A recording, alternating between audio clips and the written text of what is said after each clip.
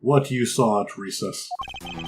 During the recess, I went to the restroom. There's a window on the hall. Oh, that's a weird... Oh, that's courtyard. Ah, so there is... So there is, like, a thing out there, but they're not connected. So he wouldn't have gone from... I don't know if... Does my mouse show up on this recording? Hold on. Where's my OBS? No, it does not. Oh, yes it does, if I click. So what I was thinking was that these would be connected. And, like, when Home Dude was at the vending machine, Dude snuck by, went across, and then did some shenanigans from this open window. But they're not connected, so there's no way that'd be possible. Interesting. As I entered, I saw the detective buying something from the vending machines. But when I was about to exit the room, he had completely disappeared. A detective that goes missing while on duty? That sounds mighty suspicious to me. Your Honor, can you please try to remain calm? Oh.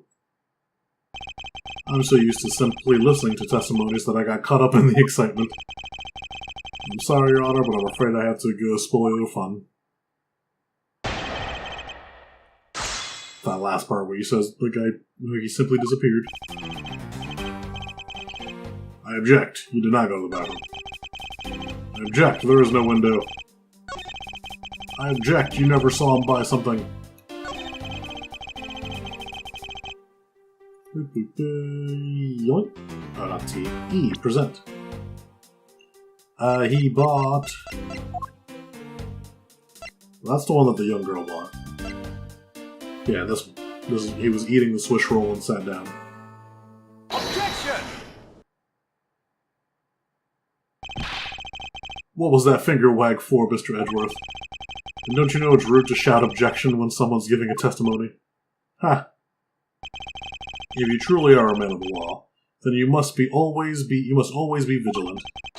For example, I never let an opportunity to shout objection pass me by. Miles Edgeworth, it's one thing to be passionate about your job, but this is real life. This is what some people may say about the pot calling the kettle black.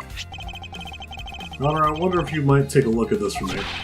What is that filth? How dare someone dirty the hallway bench like that? Who is the culprit? Well, in that case it is, Gumshoe. If you must know, the uncouth bench sullier has already been placed under arrest thanks to your earlier testimony, Your Honor. Oh? Well, that's good. But who was it? We were able to discover something from the smudge on the bench, namely Detective Gumshoe's fingerprints. Not happy with committing just murder, you gotta go and dirty the courthouse too. Your Honor, please calm down. While it's true that the detective is the one who made the mess on the bench, we have not yet established that this action is related to the double murder. What do you mean? I believe that the detective bought a pack of Swiss rolls from the vending machine, and then promptly sat down on the bench to eat one.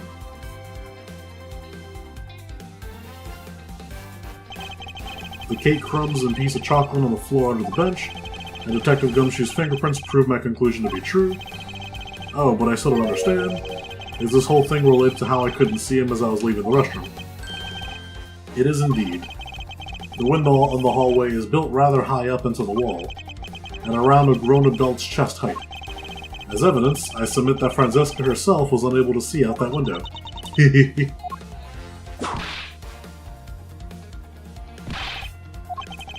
I knew I shouldn't have used her height as evidence. Basically, what this means is that the area directly under the hallway window is a blind spot when the hallway is being viewed from the men's restroom. Then... It seems that you have made the connection. If someone were to sit on the bench under the window... Yes, even someone as large as Detective Gumshoe would effectively disappear from sight. What? Do you finally see, Your Honor?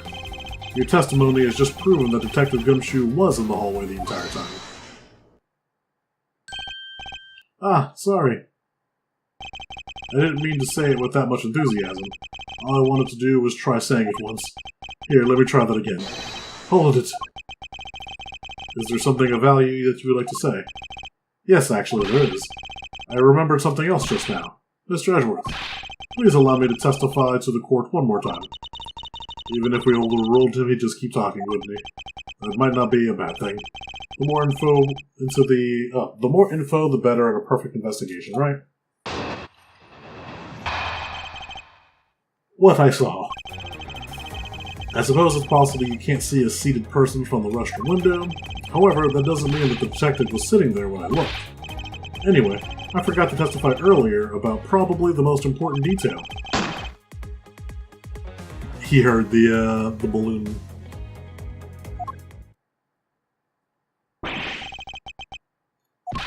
How was that? That was the testimony of one who judges the crimes of others.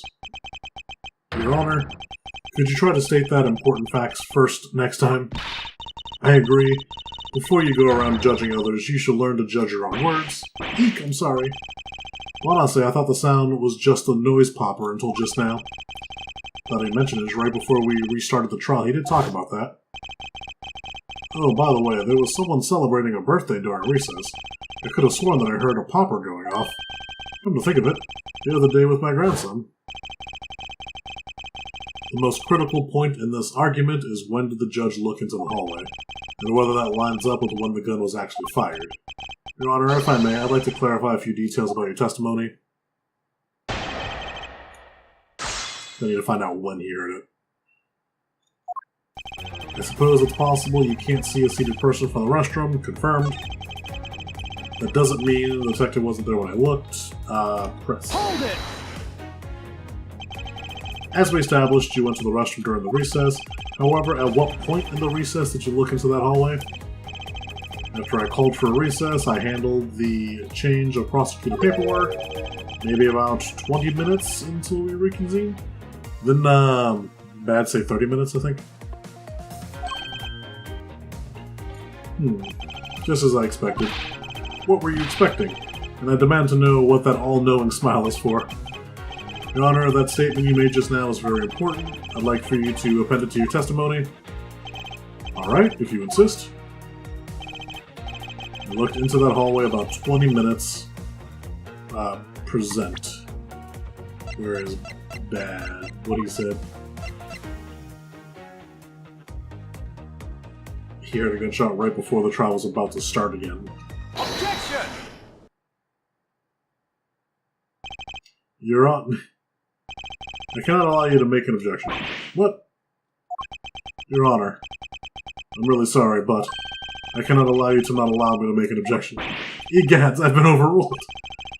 Your Honor, there are simply too many holes in your testimony for my taste. What do you mean by that?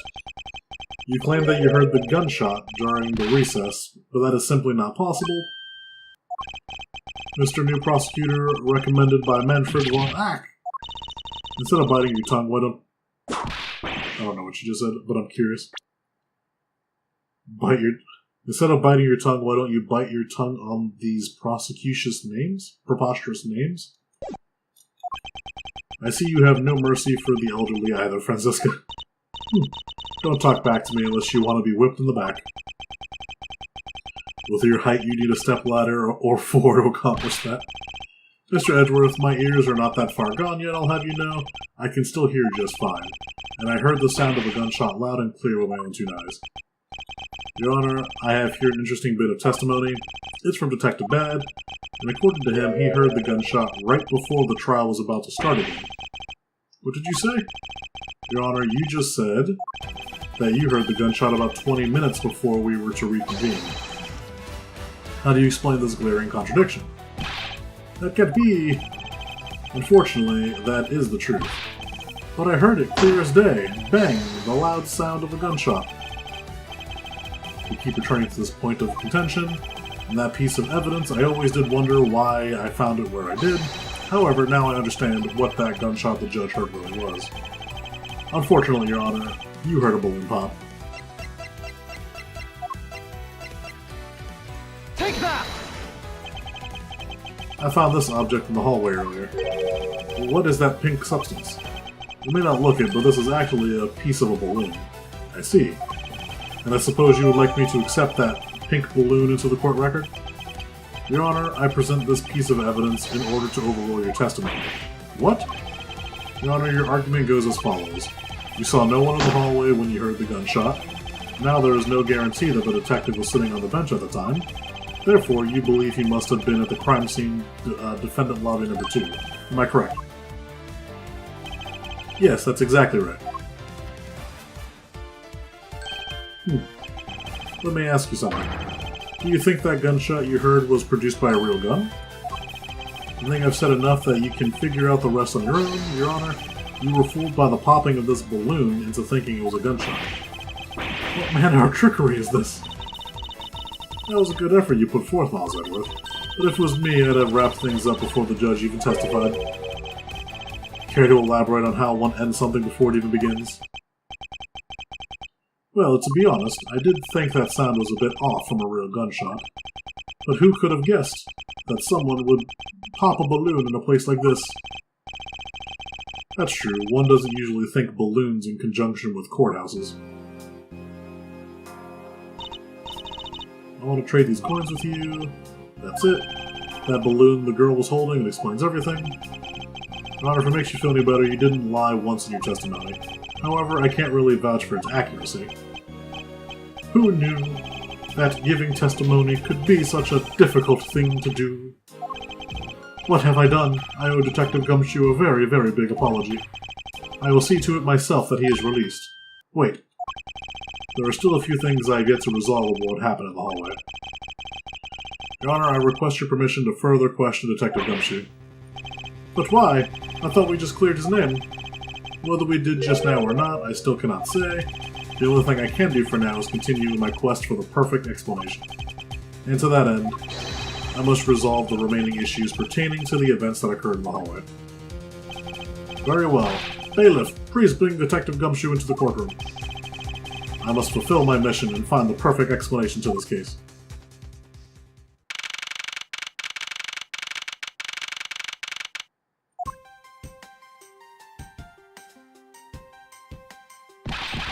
What is it now? Is it time for my trial already? I've already told you a gazillion times, pal, I didn't do it. I'll be the judge of that, Detective Gumshoe. No, you won't. I'll be the judge of that. No. I'm the judge around here, and I'll be the judge of that. Why can't you guys be a little less judgmental?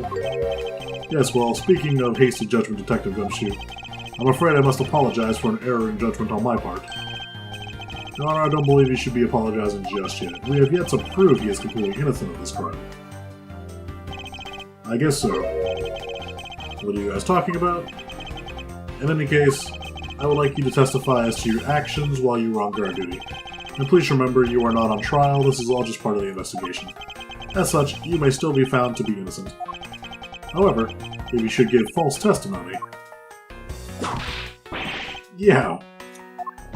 My whip will object loud and clear. If you are found to be lying, you will be held indefinitely. Understood. I gotcha, pal. Thinking back on the state of the crime scene and the judge's testimony,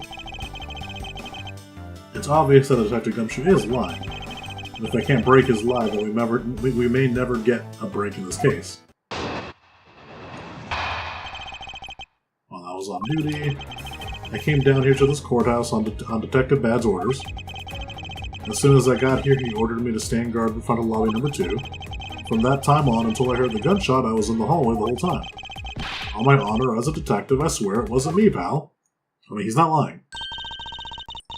He's still singing the same tired tune. In that case, I'll just have to change the melody. I mean, he's not lying, he's just not giving the full story.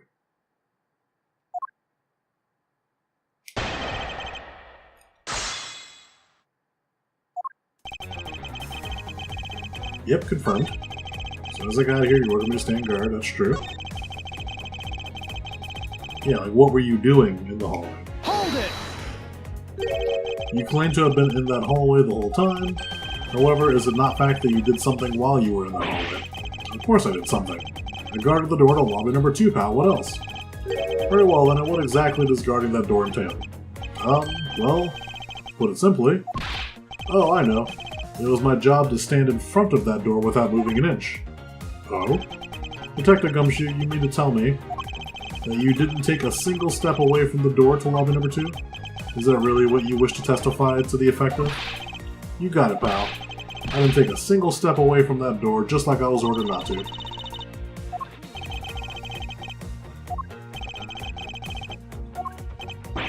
Why is everyone so quiet all of a sudden? Because we are all in shock and in awe of your utter stupidity? Scruffy, if you're gonna lie, at least tell us a more believable one. But I'm not lying. I should hurry up and bring this insipid testimony to a close. I didn't take a single step. Evidence. Where's that swish roll?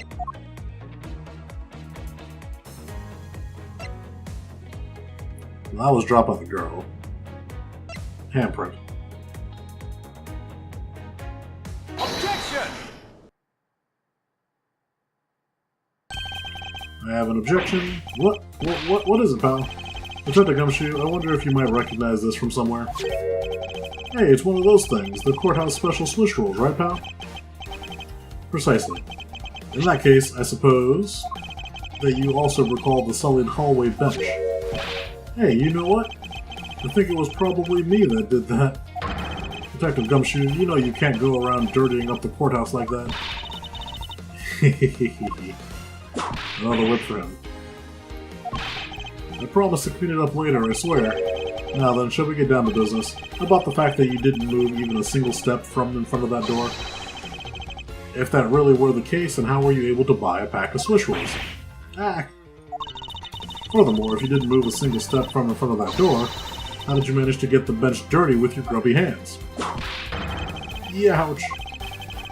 It appears that Franziska's whip can do more damage than my words can alone. Alright, I confess, pal. I was hungry, so I bought a pack for myself, okay? I thought I'd get chewed out again if anyone found out about me eating on the job, so I didn't want to say anything. Well, unfortunately for you, I saw you do the whole dastardly deed. I clearly saw you buying a pack of swish rolls from the vending machine. Okay, I'm sorry for lying. But that's all I'm sorry for, you got that? Because I'm not holding anything else back. The last statement, it may sound like it makes sense, however, there is something I don't quite believe about it. Are you sure you're not withholding further information from us? Huh? Of course not. I've got nothing else to hide, pal. Objection! If only that were true, Detective Gumshoe. But it is true, pal. I swear there's nothing else. Detective Gumshoe, I'm sure you are aware of the price of a pack of swish rolls, correct? Huh? Remind me again, pal? The vending machine out in the hallway is selling packs of 2 swish rolls for $6 a pack. Huh? And yet, according to you, you didn't have any cash on you until you cashed your $5 annual bonus check. Isn't that right? Let me ask then, how did you manage to purchase a pack all by yourself? Can you provide me with a proper explanation to that? I told you I bought it by myself, pal. There wasn't anyone else in the hallway with me. So there's no one who could have helped me buy it. Wait, don't tell me. You got some kind of proof that there was someone else in the hallway, don't you? Correct. As if you could. I mean, what are the chances of that? Wait, you do? Of course I do. How? What proof do I have? The swish roll. Because this was dropped by,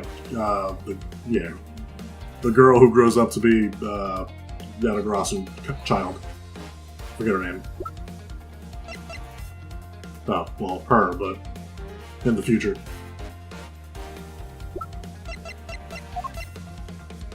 Take that! You showed that to me not 2 seconds ago, pal. I think you're under the mistaken impression that I bought this pack of rolls. Wait, if you didn't buy it, then that means you must have stolen it, you thief! I would never do such a thing. All you liars are the same. You start off as thieves, you're under arrest, pal. I believe you meant to assert that all thieves start out as liars. And in that case, what does that say about you, Detective? This particular swish roll was dropped by a certain someone. Oh. There were 2 rolls in this package. You ate one of them. But you then gave the other one to a certain other person, didn't you? No way, pal. You got it all wrong. I ate both of them. She's gonna kick me. Oh, not this time. It would appear that we've... Why are you just wandering around quite literally a crime scene? It would appear that we've caught you at last. Hey, don't you dare do anything bad to that girl. It would appear that they do know each other, after all.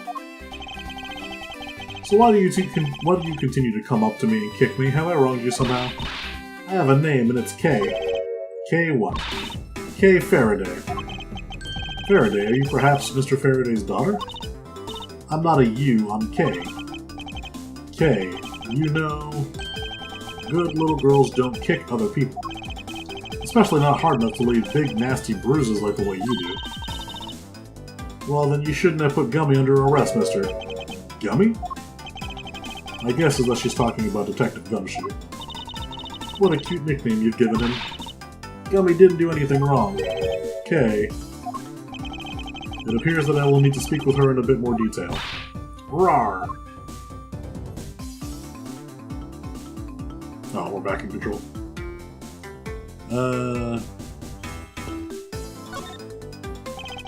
Now then, Kay. Hiss. She's like a stray cat. I wonder if I should feed her something. Do you want some blood, child? Take that! Kay, I promise to give this to you if you calm down. Oh, a switch roll. It really belongs to you, though, doesn't it? Yeah, I was saving it for Daddy. Oh my. Your father. He's... Oh, does she not know yet? Don't you say another word, pal. She doesn't know yet. Thanks for watching out for me, Gummy. But I already know about Daddy. I overheard the guards talking. About how he's not here anymore. I'm sorry. I couldn't protect him. Kay. I'm not gonna cry. I'm not gonna... Aww. I'm not gonna cry. It's alright. Let it all out. Your father just passed away, after all. I myself was also involved in a case at this courthouse when I was a young child. A case in which my father, who was a defense attorney, passed away. All of my dreams of becoming a lawyer were crushed into fine ash on that nightmarish day.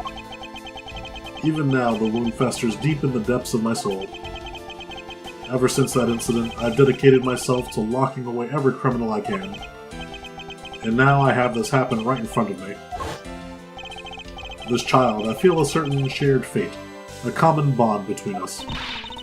Miles Edgeworth, what sort of gentleman are you? Are you gonna stand there and watch a lady cry? You're right, sorry about that. Kay, hear about using this handkerchief here and dry your little eyes. Quiver. Honk. My cravat, don't blow your nose on that. I feel better now, thanks.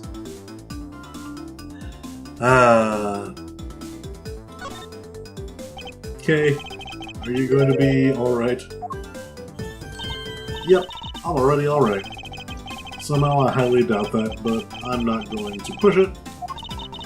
I promised Daddy I'd never cry in front of strangers. And you're a good kid, aren't you, Kay? You always keep your promises, right? That's right. Even if I can't see Daddy anymore, I'm still gonna keep all my promises. You're a very brave girl, Kay. You're a very good child for keeping the promises you made to your papa. I'll even testify that you didn't cry, just for you.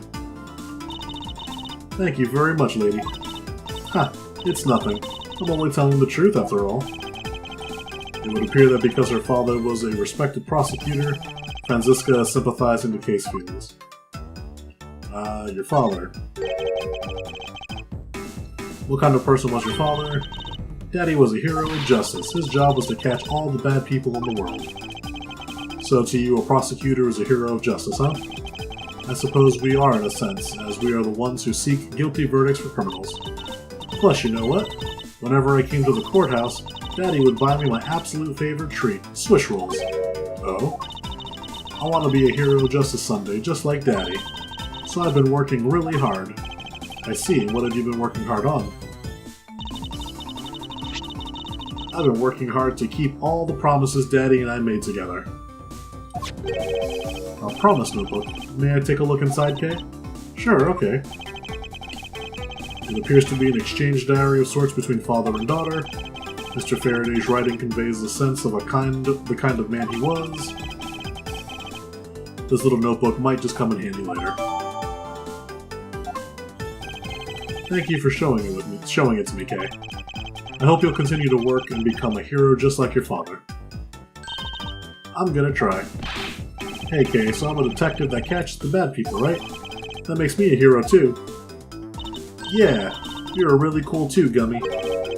Yeah, aren't I, Kay? What is it with the two of them? I hand down verdicts of justice, so that makes me a hero too. Yes, and thanks to your oh-so-heroic testimony, you almost painted that detective as a vile criminal and sent him off to jail. I'm really sorry about that. Gummy is not a bad man, okay? That poor judge, he's being treated like a vile criminal rather than a hero of justice. It appears that you and Detective Gumshoe are good friends, Kay. Yeah, we're friends. In that case, would you mind telling me a little more about him? So I take it that you ran into Detective Gumshoe earlier. Yep. I was on my way to see Daddy when I saw Gummy standing there. He was standing in the hallway, staring really hard at the vending machine, so I said hi. And what was this? Before everything got crazy. How long were the two of you together? We only talked for a little while, and then we went on our own ways. That's right, pal. Kay and I only talked for a little while, and that's it. Oh, which reminds me. We have now confirmed that Kay was in the hallway during the recess, isn't that right? Ah, you got me. I told you to stop picking on Gummy, mister. Very well, then. I'll just have to speak with the good detective in private later. Were you the one who bought this pack of Swish Rolls, Kay? Well, I didn't really have a lot of money. And I somehow made $1 out of all the pennies and quarters I had. But that still wasn't enough, and I really wanted one. Come to think of it, she did come and ask me to exchange a handful of change for $1. And that's when you came and asked me to change your money, correct? Yeah, thanks a bunch for doing that, mister. Sure. Let me ask you, even with that $1, you still didn't have enough, correct? Well, that's why... If you bully Kay anymore, I'm gonna have to arrest you, pal. Need I remind you that you're the one already under arrest? Yow! I sense that Kay is gonna be less than forthcoming with this question. Sorry about your roughly thing. Yes, well now that it's positively drenched in your nasal mucus. Don't worry, Kay, I have a spare. So here, you can have this one. But Daddy said, never take things from a stranger. And it's one of the promises you made in your promise notebook, correct? Yeah, look, see? It's right here on this page. Promise 1, never take anything from a stranger. Promise 2, never go anywhere with a stranger. Alright then, I'm not giving it to you, I'm merely allowing you to borrow it. You can take it home, wash it nice and clean, and then give it back to me next week. Okay, Daddy never said I couldn't borrow things from strangers.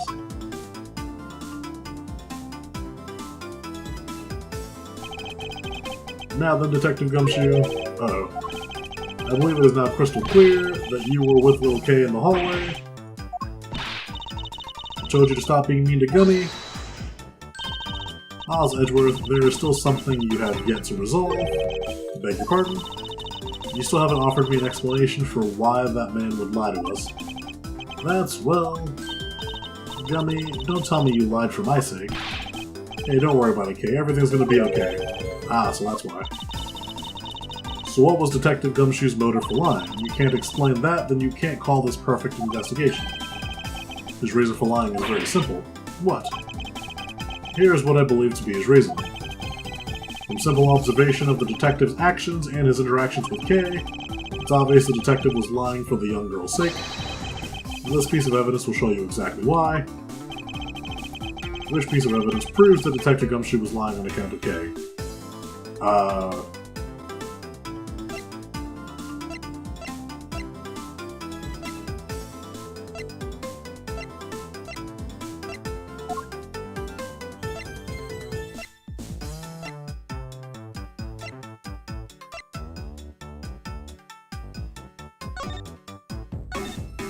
Always greet people with a smile. Okay, so it's never take things from a stranger. Never go anywhere with a stranger. Gummy's not a stranger.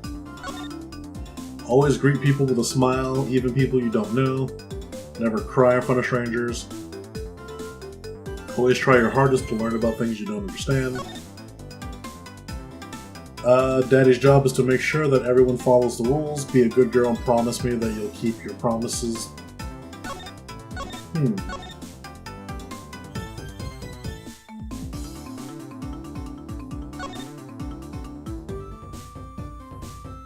No, she's not like breaking any of these promises though. Well, this is the only thing that I can think of.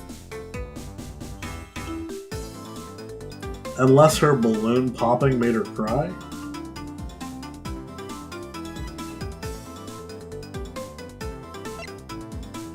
I'm assuming it's this. This is the only thing... Take that! Mr. Faraday, in case promise notebook, how does this explain anything? If you take a look... Oh, please don't ask me to pick one. But he's not a stranger.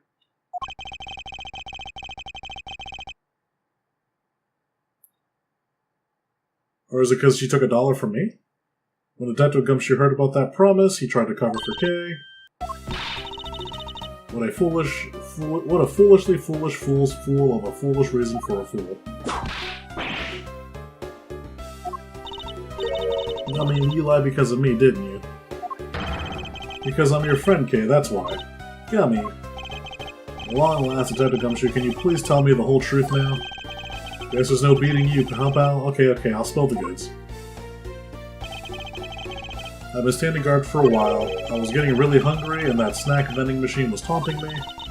But all the cash you had on you was $5, and that wasn't enough to buy anything. After all, the cheapest item in there is $6. But then, like an angel from heaven, Kay showed up. I was thinking about sharing a snack with Daddy, so I wanted to buy a Swiss roll, but I only had about $1 in coins. So we pulled my $5 and her $1 together and bought a pack of Swiss rolls together. But I was worried about breaking one of my promises, so then Gummy said, Mr. Faraday's one scary guy when he gets mad, but don't worry, you won't get in trouble if I don't tell, right? Besides, you bought it with me, so you didn't really get it from me, you know? So, okay, so maybe they don't really know. So I guess they don't really know each other that well. So he still is considered a stranger. And he gave me a whole roll to save and give to Daddy. Who knew that Scruffy could be so considerate? Indeed. Detective, I take it that you then sat down on the bench and ate the rolls together? Yep. We split the other roll and ate it right then. The sweet taste of that cake's chocolate, I'll never forget it as long as I live, pal. Anyway, Kay, I believe this also belongs to you? Oh, that's from the balloon I popped. It's bad manners to leave garbage lying around, Kay. I'm sorry. Well, I guess I can't blame you for not throwing this one piece away. It was sitting high up on the windowsill where you couldn't see it. So just this once, I forgive you. But that balloon, I wanted to surprise Gummy a little, so I popped it on purpose. Because of me, Gummy dropped half of the Swiss roll. Wow, you really got me there, pal. So I thought maybe I should give Gummy this other roll. And then I saw you picking on Gummy, mister. So you kicked me, is that it? You sure are a feisty one. I'm really sorry, mister. It's alright, I'm perfectly unharmed. But about this Swiss roll, would it be alright with you if I held onto it until Detective Gumshoe is cleared of all charges and free to go? Yeah, sure. Just make sure you give it to Gummy afterwards, okay? Of course, I promise. Now that I believe we have proven beyond the shadow of a doubt that Detective Gumshoe was in the hallway for the entire duration of his duty, which undeniably proves that Detective Gumshoe could not have committed the double murders. Objection! Actually, it proves just the opposite, Edgeworth. You've just shown that Detective Gumshoe is the only one who could have committed the crime. What do you mean? It's quite rude to eavesdrop, Miss Yu.